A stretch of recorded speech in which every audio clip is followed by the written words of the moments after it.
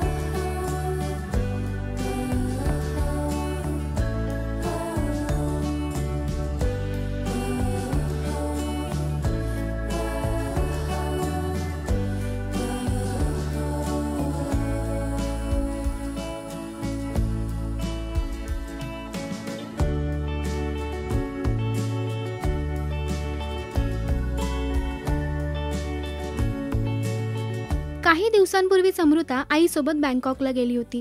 आता ती आईबाबांसोबत लंडनमध्ये एन्जॉय करते। अमृता अनेकदा असे तयार होतानाचे एक्सरसाइज करतानाचे व्हिडिओ सोशल मीडियावर शेअर करते।